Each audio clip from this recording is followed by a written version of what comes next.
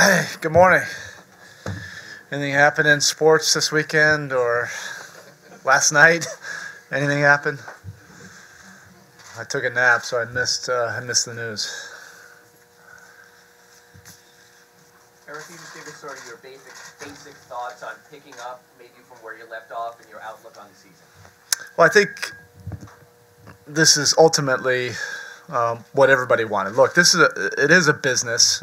We understand there are a lot of moving parts with not only us, but everybody around the league. There are 105 players that have changed teams this summer, but we really wanted to find out, and that's the question I've been getting. Our players have been getting all summer long. Which team was it? The first half of the year, 11-30, 30-11, somewhere in between. Who knows? But our guys aren't afraid of competing for it and finding that out. So our guys are excited about tomorrow. They probably felt like they could have started training camp 3 months ago. Our guys are in tremendous shape and looking forward to getting this thing kicked off. Well, you said who knows, but you said it's more the second half team, the first half team. Look, you know how our guys feel in that locker room. You know how I feel about this team. Ultimately, you have to play for it. You have to compete for it. You have to find out in the arena. So we can say whatever we want. I've just been around a lot of teams. Our guys are just crazy enough to think we're good enough to get the job done. Coach, you've been to the White House 3 times, once an assistant, once a head coach. Yeah. I wanted to get your thoughts on Trump and Kerry, and also Trump and his declarations about the NFL. It's a different sport, but it's on the brotherhood, right? So this is what you're talking about. What happened during my nap? I knew I should have stayed awake. Look, it's a polarizing time right now. It's a disheartening time. I commend the Golden State Warriors for the decision they made. I commend the NFL players and organizations for taking a stand right now for equality, for inclusion, for taking a stand against racism, bigotry, prejudice.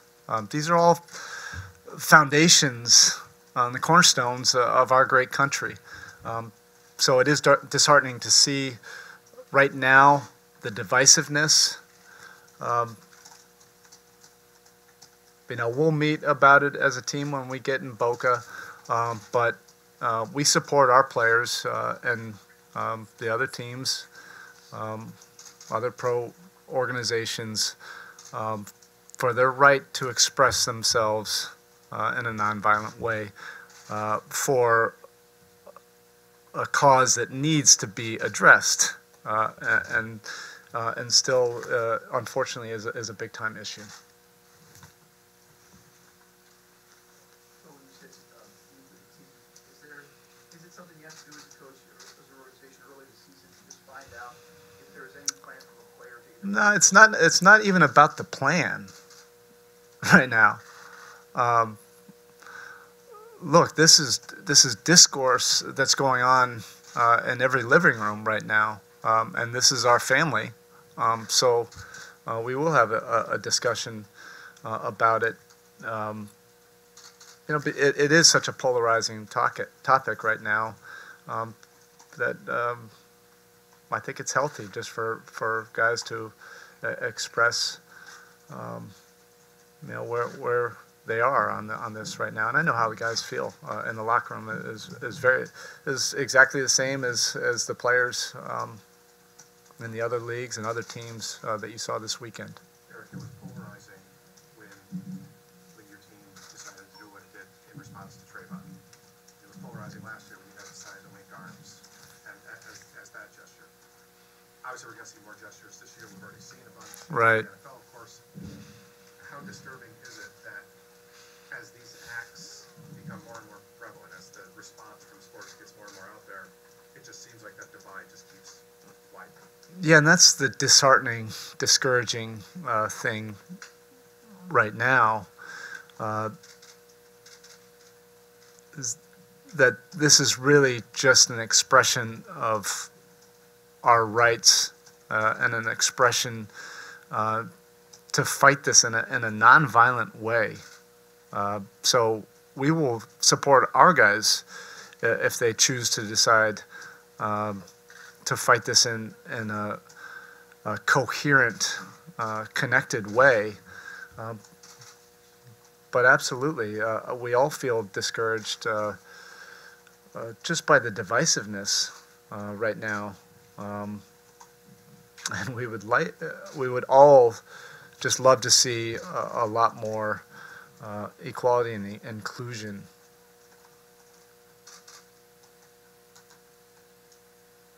As you mentioned the weekend, there was also a story concerning Dwayne, and I know he hasn't officially been brought out, but it's been reported that he's Right. he's in Chicago. What were your thoughts when you heard that news? Looking forward, it might be interesting. There's been so much movement this summer and this off season. I don't know if 105 players, if that's a record movement or not. Maybe it's just the names that have moved around that it didn't surprise me. But everybody knows how I feel about Dwayne, what my relationship is with Dwayne, having worked together and grown close for 13 years. I love Dwayne. He's a brother of mine. He's a brother to a few guys in that locker room. He's a brother to all of us in this organization. So it didn't come as a surprise. Nothing really surprised me this summer. But my focus is on this group. That's not even official. It can't be a thought of mine right now. Ultimately, that'll be a decision of Pat, Andy. If it becomes a decision, my focus has to be on the group of guys in that locker room, ready to meet tonight and ready to get out in that court, tomorrow. And I would really be doing a disservice to the team if I was focused on anything else right now. But that doesn't take away from my love for Dwayne and me hoping for the absolute best for him and his family, wherever that is. Coach, the league is trying to address the issue of some players sometimes taking off during big games, national NFL like game. What's your take, and how do you address that issue? Some of the players come to the coach, I want to take the day off. I don't know. You're probably asking the wrong team. Maybe we're dinosaurs. In some way, I guess we were progressive years ago, doing it at the end of the season. But we're not a team that has guys rest guys if they're not injured. More old school in that mentality. We also want to be smart about preventing unnecessary injuries. We're aware of all the science, and we have all the science access to us on usage, where a guy is, especially as the season goes on, and we'll be highly intelligent about it. But particularly the way the schedule is now, I don't anticipate us resting guys unless they're hurt. It's so different in terms of the continuity from this year to last. I know you can't pick up tomorrow where you left off in April, but do you anticipate getting to that place a lot quicker than you would in a usual season because you have so many guys back? Yeah, I mean, we have. It's totally different than last year. I think we brought the most new guys into our team of any other team in the league, or roughly around there. Now we have arguably I think it's the sixth most guys bringing back. So that is continuity that we feel that matters, that means something. We don't take it for granted. Doesn't guarantee that you'll have the results or even play the way we were at the end of the last year. Each season is new. You have to be open to the possibilities. But it does allow me to prepare for this training camp in a different way than last year. It'll be a little bit more of a practice setting, quite naturally, than a training camp install new philosophies to the majority of the team. Hopefully, there will be some element of picking up where we left off last year while continuing to evolve. We won't just stay where we were last year. Yeah. yesterday from Slovenia Yep. after winning the championship, and he had a very busy summer, successful summer. Are you gonna have some kind of special programs for him? Give him a little bit of rest, or he's gonna, join with the rest of the team right away? Well, I was hoping he was going to come into camp fat and out of shape. We didn't make the playoffs last year. So I think Goran had the perfect summer you can have to prepare for an NBA season. He had 3 months off. We were off April 15th, unfortunately. So we sent our staff out there to work with him for about 10 days in early July. And he was just getting started end of June. He had stayed in fitness shape, but certainly got away from basketball and to clear his mind. And he was with his family in his home. And I think that's the perfect thing to do, to unplug from all the emotions of a long NBA season. But since we didn't make the playoffs, we had those extra months. And then he worked himself into great shape. He was able to go to training camp in Slovenia at the beginning of August. There's no better way to prepare for an NBA season than to play. Look, we've seen it. Dwayne's arguably his best season was after playing with USA Basketball. LeBron, all those years he played with USA. Typically, guys that play national team basketball have great years the next year. And it's not an accident. So he's in great shape. He's been able to get a lot of rest, get in great shape, play competitively, and do something that's really remarkable. The guys in the locker room were talking about the equivalent of what Slovenia was able to do. Really is the equivalent of the smallest mid-major, small major Division I team winning the NCAA tournament. It really is incredible. It had all the storylines for a movie to beat the big-time, big-name European teams over there. It's a country of only 2 million, smaller than Miami, and to beat Serbia in the final, and he's half Serbian. It really was special. And then to take home the MVP trophies, I think he's ready for a big-time year. He played like an all-star last year. I think he's an all-star this year. I think he's ready to lead this team, even in a different way than he has. He's more comfortable. The guys want it from him. And I'll manage him in preseason. My objective will be to get him fresh and ready on the 23rd, or 23 days from now on the 16th. So it won't be about how hard he's going and how much he has to prove early on. Coach, we know the team has plenty of motivation as it is and going into any season, but the fact that you came so close to the playoffs, is that sour taste? Can that be extra motivating? It depends on how you're wired. Our guys didn't feel like we accomplished something. There was heartbreak in the locker room. Our guys wanted more. That's the thing that probably years from now we will all look back on, is we never had a chance to see what we could have done in the playoffs. Our guys are crazy enough to think that we could have advanced. But we have to start from the beginning, again, just like everybody else, and you have to prove yourself, and you can't live in the past. So our guys are excited about the opportunity. They understand that it's tough. It's not easy to win in this league, and you can't be afraid of fighting for it and competing for it. It's not supposed to be easy. These super teams are being created, or so-called super teams. Who defines that? First of all. Secondly, do you have to buy into that? And you can't win games on paper. There is no easy way to get it done. You still have to prove it out in that arena, and that's what our guys are built for. So, how do you envision Hassan's role this year, his continued growth? What are you looking for him to accomplish this year? Yeah, bigger, better, more.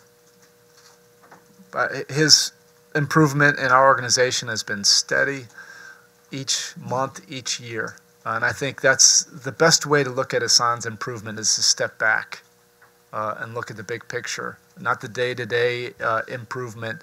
And I think he probably made his biggest strides from the new year on last year, of all the time that he's had in a Heat uniform. He really learned how to impact winning. It had nothing to do with his stats or rebounding numbers or block shot numbers, even though he's going to do that no matter what. He's going to dominate those categories. But it really became about impacting winning, learning how to make winning plays, learning how to make his teammates better, and caring more about the guys in the locker room than he even cared about himself. That's the best thing I've seen with Hassan. We can build on that. He's had a tremendous summer. I think he can now lead in a different way because he has the respect of the locker room. But of course, yes, we still want him to dominate all those areas. Why not? Why not lead the league in rebounding, blocks, have the best defensive team, and go get that Defensive Player of the Year award, but really earn it. So what do you know about this? What are your thoughts on a lot of talent level going over to the Western Conference, and what's it mean for your team this year? Hey, it means we got to play them. Line them up and let's play. What else do you want? What else do you want in this business? You want it to be easy? You want to stack whatever names so you don't have to play, you don't have to compete? No, our guys want to roll the ball out there and see what happens when that buzzer goes off. That's how they're wired. Look, that's the Western Conference. We respect. I mean, how can you not? How can you not respect what Golden State has done? They've climbed the mountaintop 2 out of the last 3 years. They've built a championship-level defense. I don't think that gets commented enough. They play together and really share the basketball. So you have to respect that, but you can't be afraid of it. If you're a real, true competitor, you want to play those teams, and we have enough of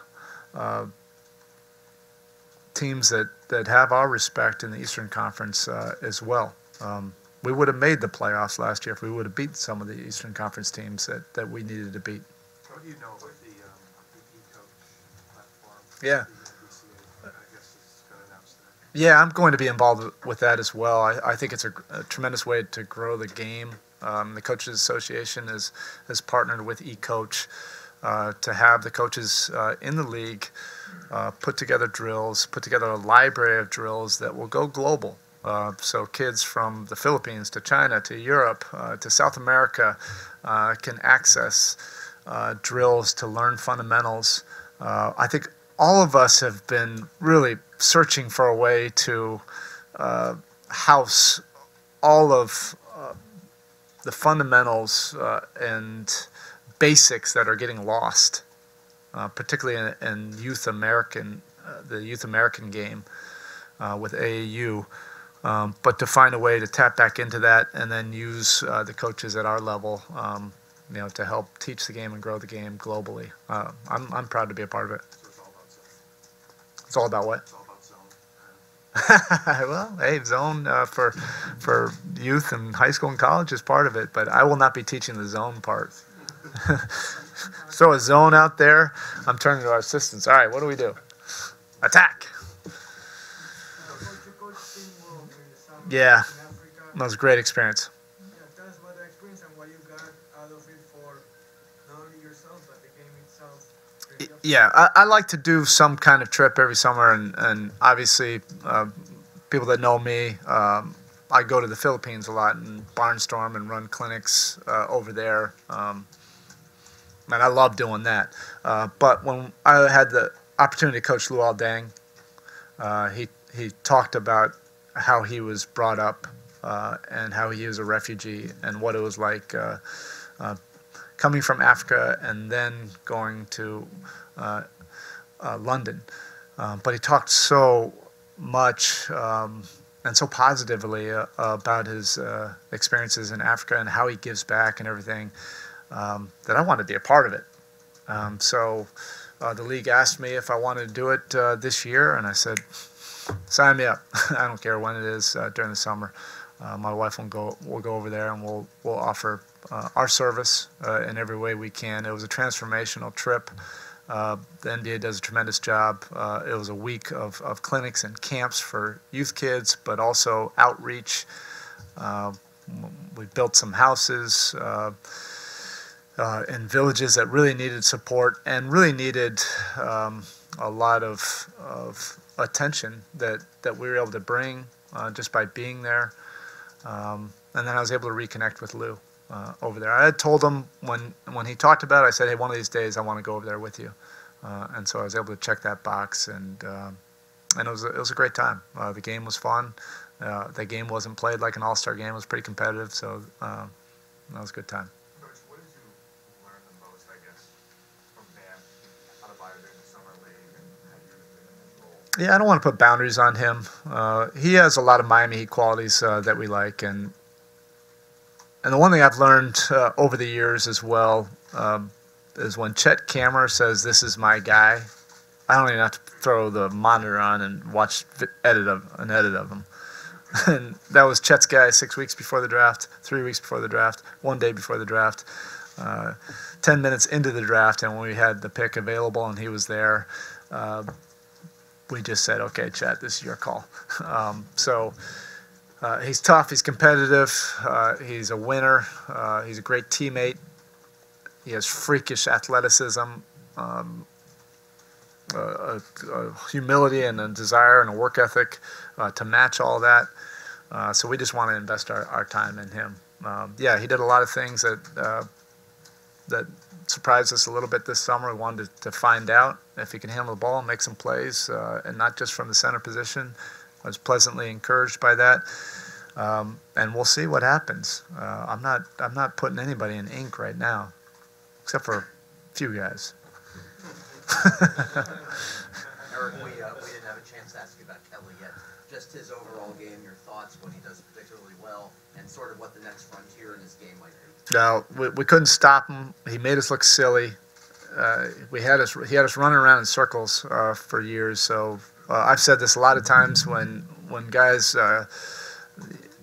play really well against us and give us problems, we want to get those guys. And he has so many qualities. Everything that once we researched him, you can see why a lot of teams wanted him, and why Boston valued him so much, and why we think he'll fit in with us so well. Supremely skilled. He was a former guard growing up. He plays the game unselfishly, likes to make the game easier for other players, and he fits with our personnel. We can get guys to their strengths, including him. He doesn't have to be who he's not.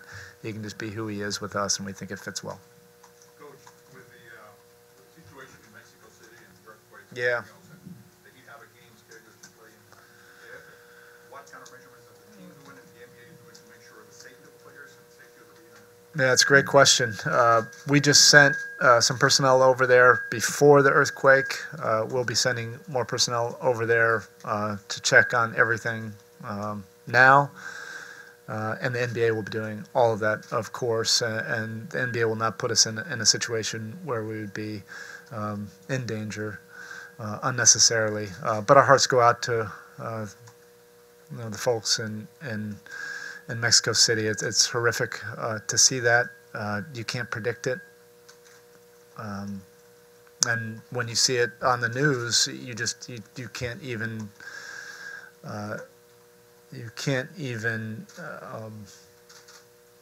believe it's real. So our hearts go out to them, and hopefully we can do some outreach while we're out there and make somebody's life better while we're there.